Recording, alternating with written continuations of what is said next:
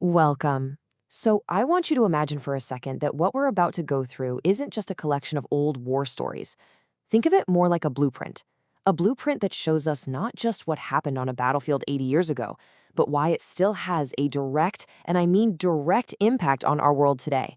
We are going to unpack how the most terrifying weapon of its time was brought to its knees not by a bigger cannon, but by a tiny, overlooked detail buried deep in its own instruction manual. This is the story of the German Tiger tank, and its lesson about hidden weaknesses? Well, it's more relevant now than ever before. Okay, so let's really get into this. To understand how the tiger was beaten, you first have to feel the kind of raw, paralyzing fear it created. Try to put yourself in the boots of an American tanker in, say, 1943. You're sitting in your Sherman tank. It's a good tank, it's reliable. But then you start hearing these whispers, these reports from the British that sound like something out of science fiction. A German super heavy tank, over 55 tons, with armor that's 100 millimeters thick. Your first thought? It's got to be propaganda, right? Just the Brits exaggerating again. Until, of course, you meet one.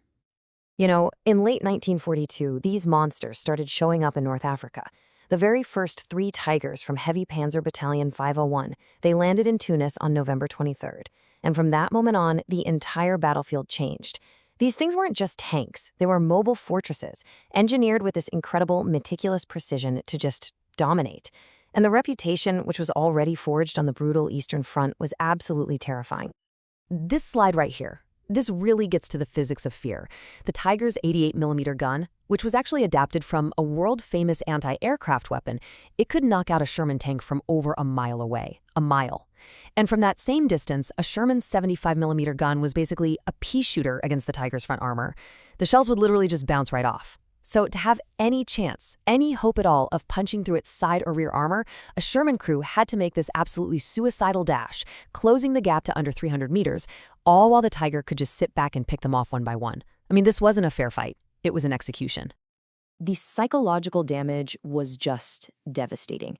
And this quote, this isn't from some newspaper reporter. This is from U.S. Army medical officers. And they were documenting a very, very real condition they actually named tiger phobia. The tank itself didn't even have to be there. Just the idea of a tiger in the area was enough to become a weapon. It paralyzed entire units, made them stop in their tracks and call for overwhelming artillery and air support before they'd even think about advancing. But then, May of 1943 rolls around, and the entire Axis war effort in North Africa is just completely collapsing. It was pure chaos. You had about 230,000 German and Italian soldiers surrendering. And in the middle of this massive retreat, the Germans made a critical mistake. In their rush to get out, they left something behind. Can you just imagine being that Allied scout? You're moving carefully through this olive grove, there's abandoned German gear everywhere, and then you see it. Not a wreck, not a burned-out Hulk, a Tiger tank, turret number 712, just sitting there, silently. There were no demolition charges, no signs of battle damage at all. The crew had simply run out of fuel, panicked, and fled, leaving behind the single most valuable piece of enemy tech the Allies could have possibly dreamed of finding. So this wasn't just a tank. It was the Rosetta Stone for this monster. Allied intelligence officers, they knew immediately how huge this was. For months, they've been fighting a ghost, a legend, and now they had a body they could actually dissect. A man named Colonel George B. Jarrett, he was the chief of the Foreign Material Branch at Aberdeen Proving Ground. He got the call. And right then, the race was on to understand this enemy from the inside out. What came next was one of the most important reverse engineering projects of the entire war. But first, they had to move the 60-ton beast, and that was a monumental task. The American M31 recovery vehicles, they were designed to haul 30-ton Shermans. They buckled under the weight. The journey from that olive grove to the port of Tunis, a trip that should have taken maybe 4 hours, it took 3 full days, because engineers had to stop and meticulously check every single bridge along the way to see if it could even hold the weight. So, after they painstakingly loaded it onto a Liberty ship, the SS Samuel P. Bush, Tiger 7112 started its long journey across the Atlantic. It finally arrived at Aberdeen Proving Ground in Maryland in the middle of July 1943. And waiting there was this team of engineers and intelligence officers just buzzing with excitement. They'd been studying every captured German manual they could find. And for the next 6 months, this tank was put through the most intense scrutiny you can imagine. Pushed, prodded, measured and tested right to its absolute limits. And, at first, the tests just confirmed everything they were afraid of. The German engineering was, well, it was beautiful. Its complex suspension system gave it a surprisingly smooth ride for something so heavy. The transmission had 8 forward gears and 4 reverse, meaning it could get out of trouble just as fast as it got into it, a massive advantage. And yep, the 88mm gun was just as deadly accurate as they'd heard, and its front armor was pretty much immune to anything the Allies had. The legend was real. But then, as the engineers at Aberdeen were digging through the German technical documents, they noticed something weird. It wasn't any armor specs or the gun's performance data. It was buried in the logistics section of the operating manuals. A set of numbers about fuel capacity and consumption that, even on paper, looked really, really bad. The secret, it turned out, wasn't a flaw in its design as a weapon, but in its design as a tool of war. And this is the whole point of the story. The Tiger had this absolutely voracious, just insatiable appetite for fuel. It held about 140 US gallons in 4 separate tanks, all feeding this massive 690 horsepower Maybach engine. But for a vehicle that weighed almost 57 tons, all that power came at a truly staggering cost. So, the official German documents they captured, they claimed a road range of 195 kilometers, which is about 121 miles. Now, to American planners, that already seemed incredibly short. They were used to their Sherman tanks, which could go a lot farther. But here's the thing. This was the absolute best-case scenario. We're talking a perfectly paved road, a nice steady speed, 0 combat. This was the number from the sales brochure. But war isn't fought on a perfect highway, right? So the engineers at Aberdeen took Tiger 712 and put it on their rough terrain course, a landscape of hills and mud and sand designed to be like a real battlefield. And the results were just shocking. The fuel consumption shot through the roof to over 4 gallons for every mile. That 121-mile range, it plummeted to a miserable 34 miles. All of a sudden, this beast was on a very, very short leash. And then it got even worse. The engineers started simulating actual combat maneuvers, flooring it, making hard turns, spinning that heavy turret, idling while scanning for the enemy. Under these conditions, fuel use hit an unbelievable 6.1 gallons per mile. The operational range just collapsed to a mere 23 miles. Just think about that for a second. A full tank of fuel would be bone dry in less than an hour of intense fighting. The Tiger was a tactical masterpiece with the strategic endurance of a sprinter. And here, right here, is the strategic fallout from that insane fuel consumption. The Aberdeen team calculated that a single Tiger battalion, just 20 tanks, needed 30 to 40,000 gallons of fuel per week just to stay mobile. Now compare that to an American Sherman battalion, which had more than double the tanks, 53 of them, and needed about 65,000 gallons. The logistical footprint was completely out of whack.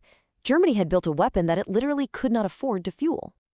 This discovery, it changed everything. The Tiger problem was no longer an engineering problem that you had to solve with a bigger gun. It was a math problem. And you solve a math problem with strategy. The Allies now knew how to kill this beast without ever having to look it in the eye. By November 1943, this intelligence was sent out to every single Allied combat unit. They made training films. The new playbook was brilliantly simple. Don't fight the tank, fight its fuel gauge. Use your superior numbers and mobility to make the Tigers move. Make them chase you. Force them to constantly reposition their heavy hulls. Every single mile they drove was a small victory for you. And while your tanks were doing that, your Air Force would be pounding their supply lines, making sure those fuel trucks never, ever arrived. Then, once the Tigers were stranded, just immobile steel coffins, you could simply go around them or call in artillery and air power to destroy them at your leisure. And this wasn't just a theory, it absolutely worked. This quote is a primary source. This is a direct entry from the actual war diary of an elite SS Tiger battalion during the Battle of Normandy. They had just had a successful fight. They knocked out 19 Allied tanks. But they couldn't pursue the retreating enemy. Why? They were out of gas. Over and over again, from France to Italy to Russia, these incredible machines were abandoned, not because they were destroyed, but because their fuel tanks were empty. So why does a story from 80 years ago still matter so much today? Because the autopsy of Tiger 712 didn't just expose the weakness of a tank. It exposed an unchanging, fundamental law of strategy. logistics is everything. An idea, a company, a strategy, it doesn't matter how brilliant it is. If you can't sustain it, it's useless. This right here is the final verdict from the man who oversaw the whole thing, Colonel Jarrett. The Tiger was a tactical champion, but it was a strategic failure. German engineers were told, build the most powerful tank you can, and they did. But the military leadership completely ignored what it would take to actually run them. They gambled on winning quick, decisive battles where fuel wouldn't be an issue, and history proved them catastrophically wrong. This slide lays out the chain reaction perfectly. You can have a brilliant design, a tactical masterpiece, but if it's operationally unsustainable, it will inevitably lead to strategic collapse. The Tiger proves that these three levels are completely locked together. You cannot succeed at the strategic level if you have a catastrophic failure at the operational level. It's just not possible. Germany built a whole army around weapons it couldn't support, and the Tiger was the biggest, baddest example of that fatal flaw. And you better believe the Americans learned this lesson. Tiger 712 actually stayed at Aberdeen for 46 years, basically as a teaching tool. The knowledge they got from it was burned into the DNA of American tank design. Future tanks, like the M48 Patton, even the modern M1 Abrams, they were all designed with a deep, deep respect for operational range. The Abrams weighs 70 tons and has a gas turbine engine, and it can still go over 300 miles. Why? Because designers learned from the Tiger that a tank has to be able to go the distance. So what's the big takeaway for us? The story of Tiger 712 is this powerful reminder that the most impressive, most dominant things we see on the surface, they often hide a critical weakness in their supply line. Maybe it's their funding, their energy, their data, or their fuel. It's a lesson in looking past the intimidating armor and the big, scary gun, and instead remembering to check the fuel gauge. Because so often, the most complex problems have the simplest, most mundane solutions. So I'll leave you with this. What invincible Tiger in your life is secretly running on empty?